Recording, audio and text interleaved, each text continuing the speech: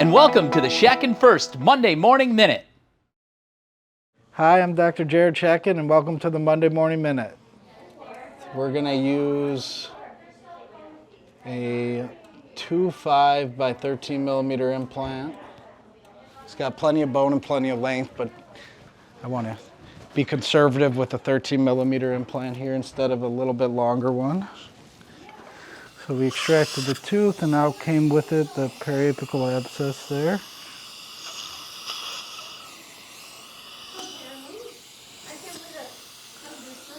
You gotta make sure you correct the whole infection every time, because that could also affect the healing of the implant.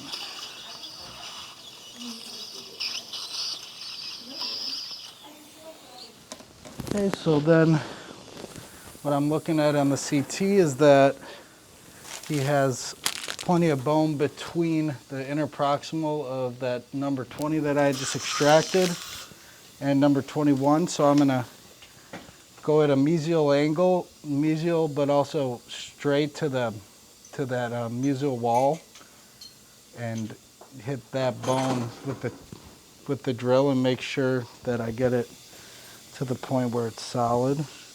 It's not as solid at the apex because he had that apical abscess. So see it, I made my pellet drill at kind of a mesiolingual, in that mesiolingual wall. He still had a real nice solid bone area there. And then that's where I'm gonna end up putting my implant, where it's not too close to the tooth next to it, but it also is able to use that bone that isn't broken down from the extraction site. Just trying to find that groove of where I made that pilot.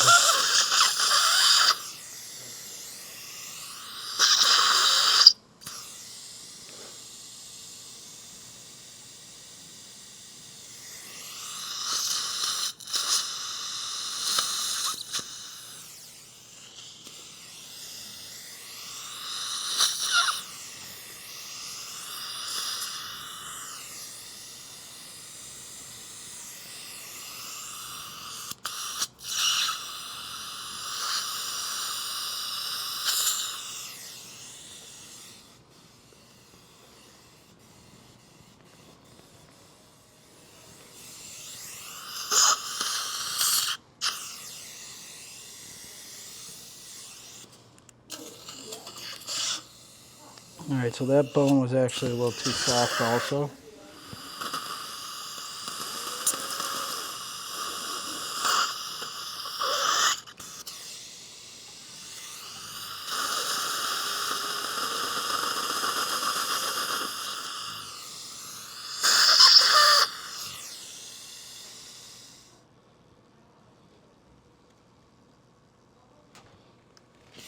So that one looks much better.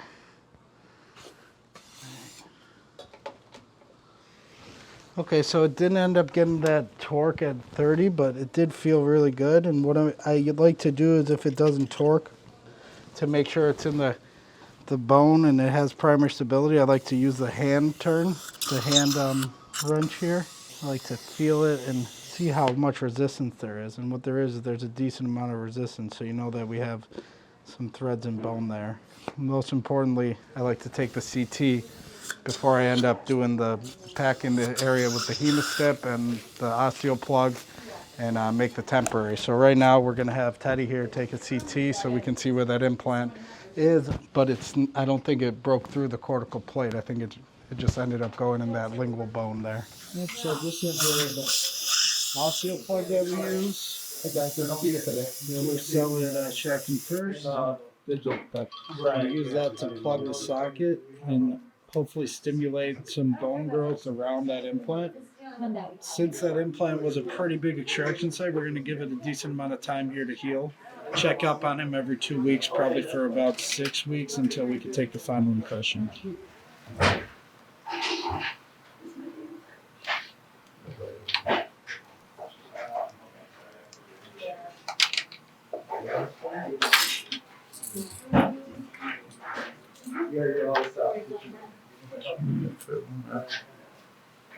Maybe one suture here too.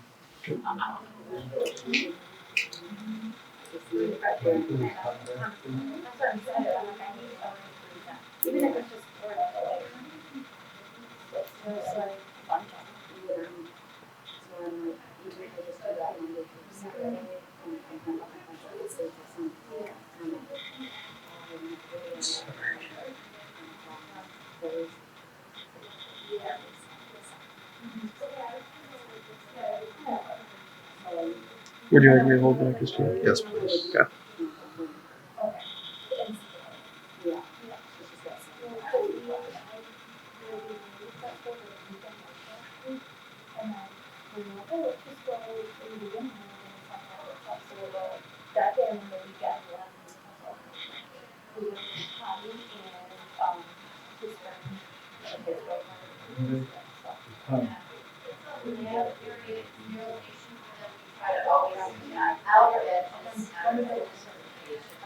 It's an employee area.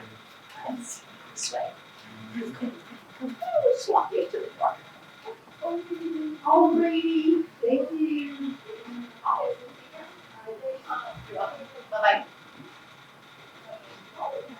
Oh my God. Okay, Jack.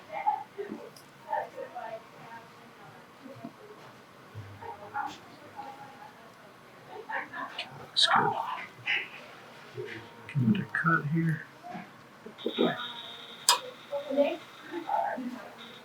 Actually, maybe one more pull through. Okay. Make it a little bigger knot.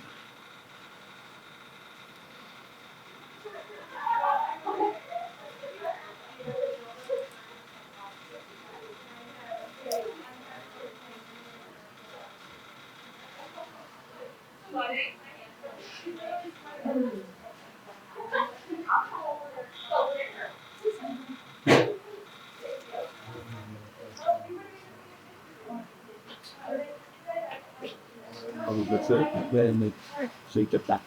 They go sad. They roll over and they toss it in the cut. I should walk there.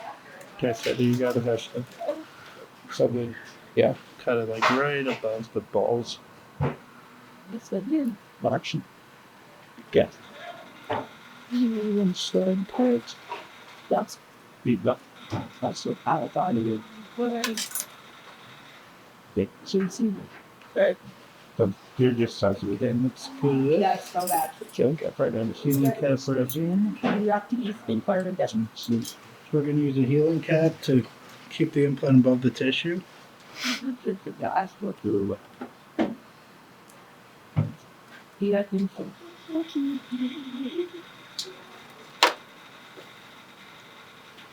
what? Little classic. Oh yeah.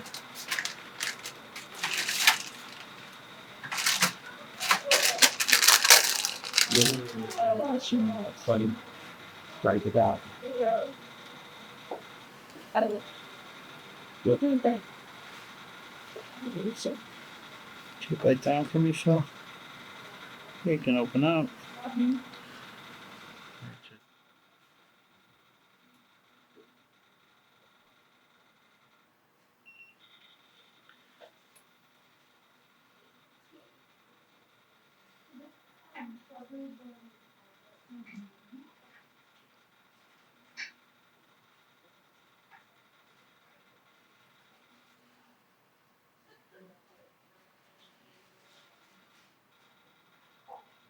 Just bite down again for me.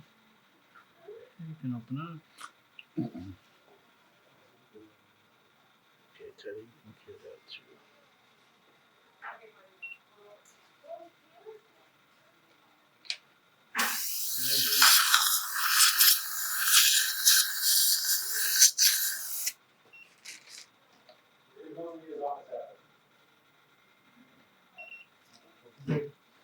All right, so